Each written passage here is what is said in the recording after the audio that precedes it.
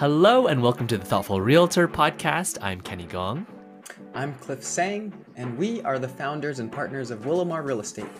And this is a real estate podcast where we get real personal. Every episode, we sit down for insights, stories, and conversations about things in the market today, running a real estate team in California, NorCal and SoCal, and finding our ways as leaders and business partners. And speaking of being leaders and business partners, today we're going to tackle the different ideas and notions of success. There are so many different ways to define and measure success. And today we wanted to do some of that defining and measuring in real time for you to hear. So let's maybe start off with a fun question, which is, what did success look like for you when you were a little kid? How little are we talking about? 10. 10. Okay, so that is fifth grade-ish. Okay.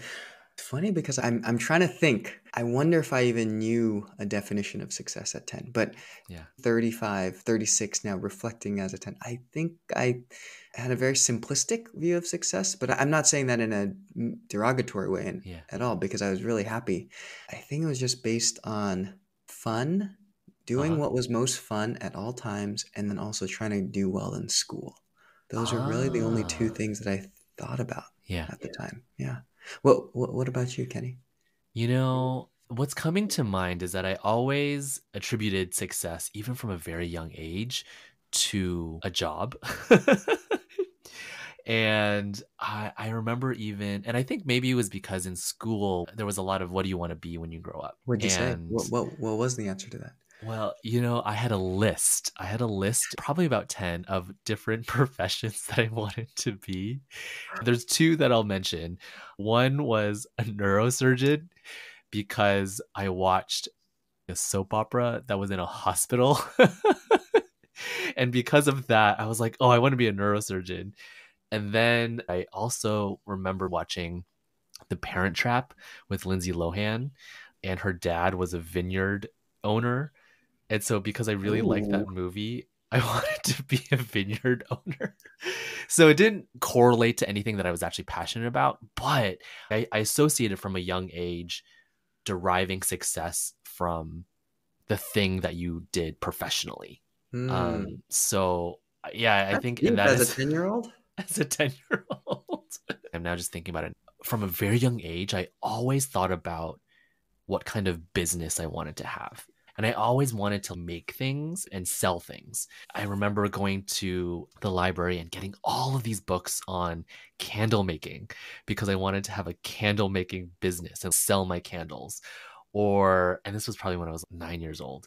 Or I really liked cooking. And so I even remember being like, oh, we had this tiny little nook in our house that had a window that looked out to the street that you could open. And I was like, oh, you know, I would love to make pancakes and have people come up to the window and order pancakes. So you've always had such an entrepreneurial spirit. I think so. That's a long answer to say that was success as a kid for me.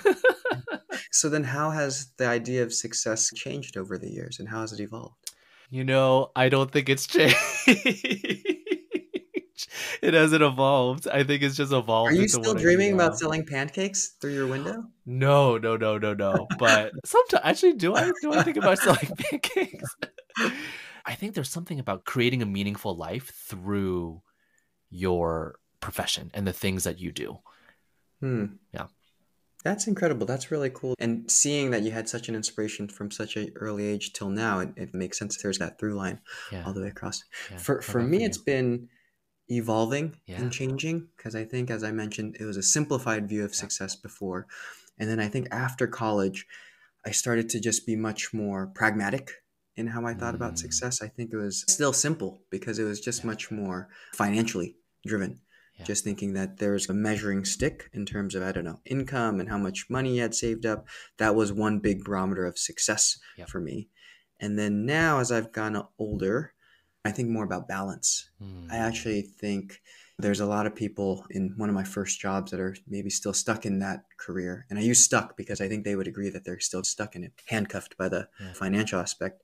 Cool. Not that I feel bad, but I just value balance so much more now. And I think it's really hard to have balance in different careers and different jobs.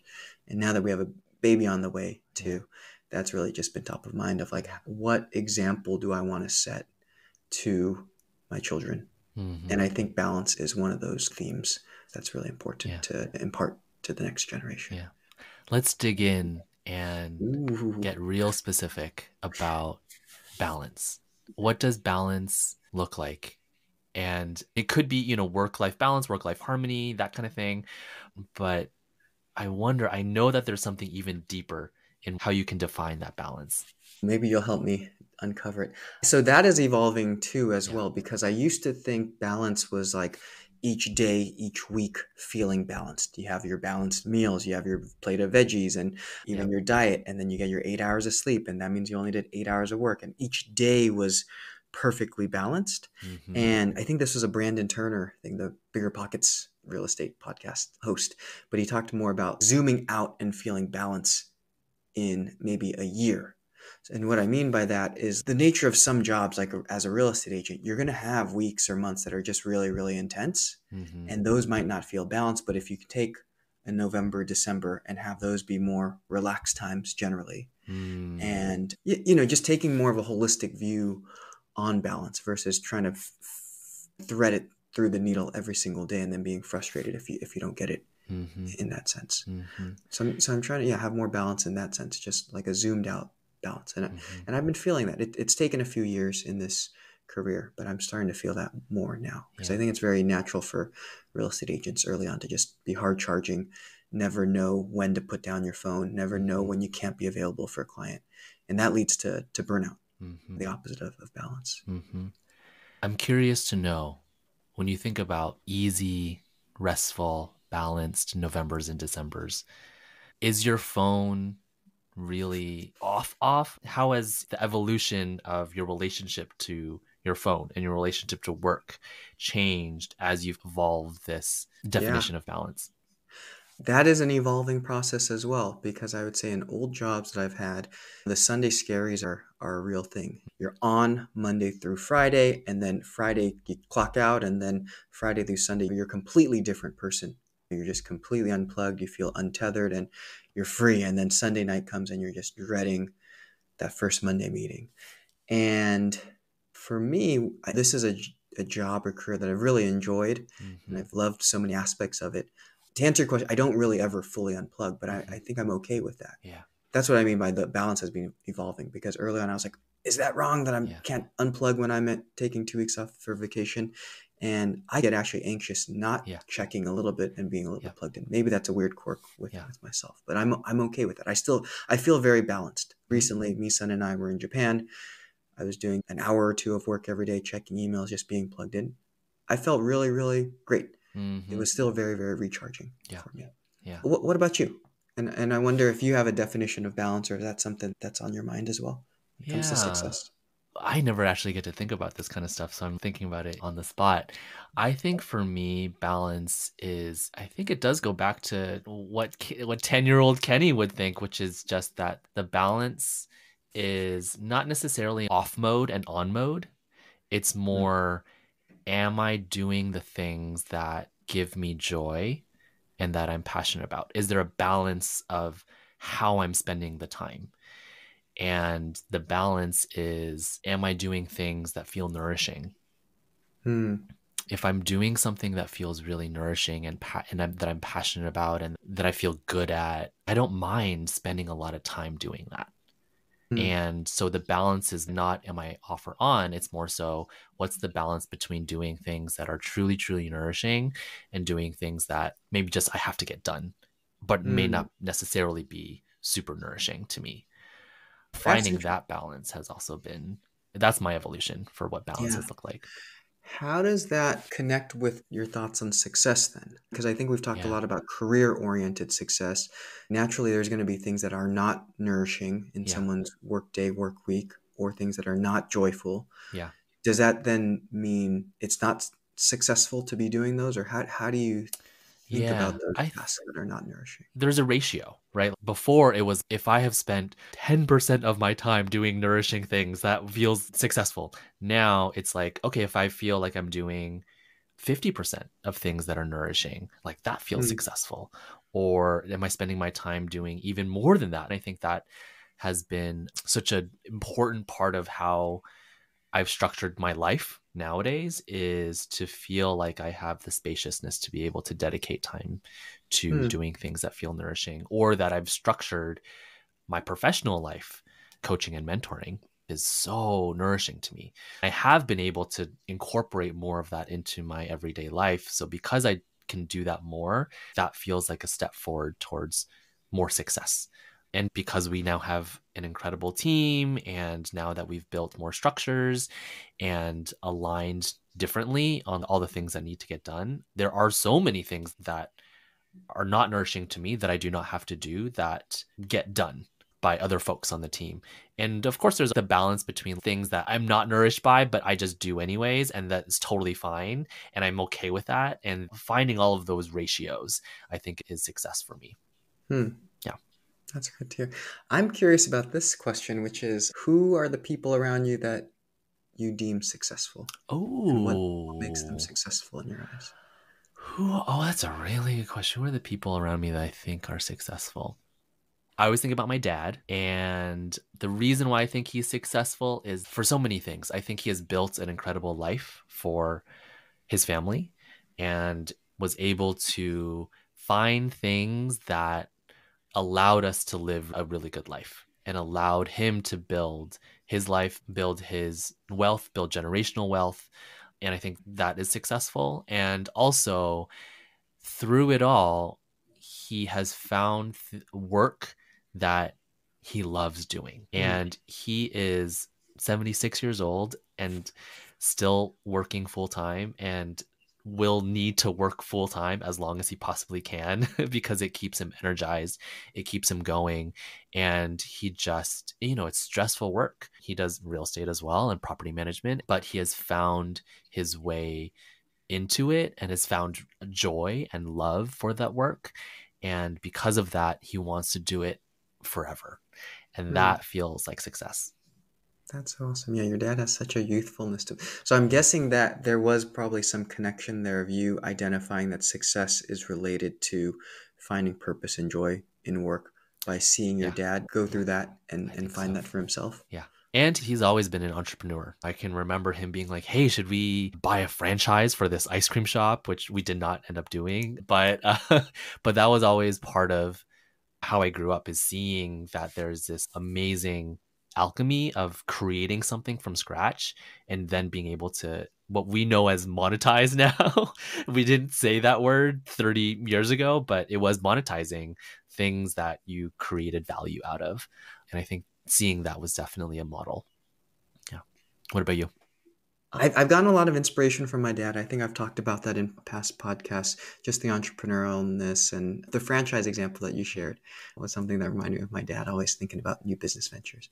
But I would say the person who comes to mind who I think of modeling success is someone in my GoPod in abundance. His name's Cam. He lives in South Carolina, Charleston. Uh-huh.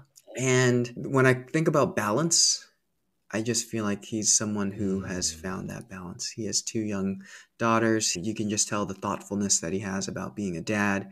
On mm, our calls, he talks about the thoughtfulness about showing up as a better husband. He runs a successful business. He's a general contractor. Yeah, there's just an energy about him. mm, There's a free spirited energy about him that's just really, really balanced. Yeah, he's kind of an inspiration to me. And mm, one thing too that I really respect about him is his ability to listen and take feedback, which is something that I'm personally mm, trying to get better at. I mm-hmm. think everyone thinks that they listen and take feedback. I'm sure some people are like, I don't like it, but Yeah. if you polled most people, they're like, yeah, I listen to feedback and I take it well.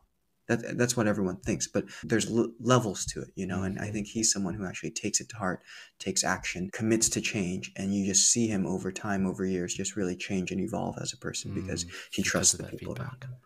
So that to me is Mm, just success, growing, molding, and shaping yourself to listen to people around you, and then finding that balance in mhm. life. I love that you had also identified free spiritedness, as part of that success? Do you think he is free-spirited, so then took feedback well, or did he take feedback well to become free-spirited? Oh, I think the former. The Yeah. former. I think early on in his career, he spent summers being a river rafting guide and working at big national parks, and then was like ski bum. He just was outdoorsy, very free-spirited before he landed in this career. I think it highlights that free-spiritedness can lead to a lot of wonderful things, right? Like free-spiritedness maybe makes someone more adaptable, makes them more open to feedback, and then open to being molded and allowing their life to unfold as it will. Yeah, agreed. So I think maybe we can give a couple of tips. If someone is trying to define and envision success for themselves, how would you guide them towards that? Ooh, that's a good question. I think the definition of success is just such an elusive thing, I think, for most people. The one thing that comes to mind, just related to the last question that we answered, which is think about someone who you think is successful and think about what those traits, why that person is successful in your eyes. And then I think that gives you kind of a framework to try to emulate.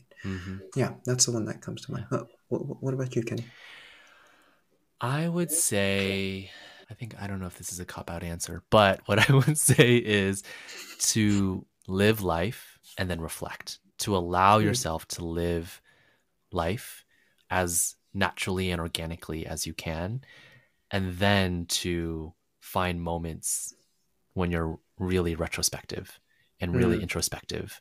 And then when you're really looking back and finding, okay, who am I inspired by?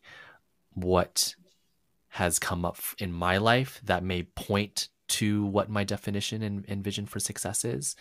Because I think that this is a little bit woo-woo, but I think that there's something innate in us as human beings that is guiding us, right? There's so much that we can do to inform and learn and absorb knowledge from.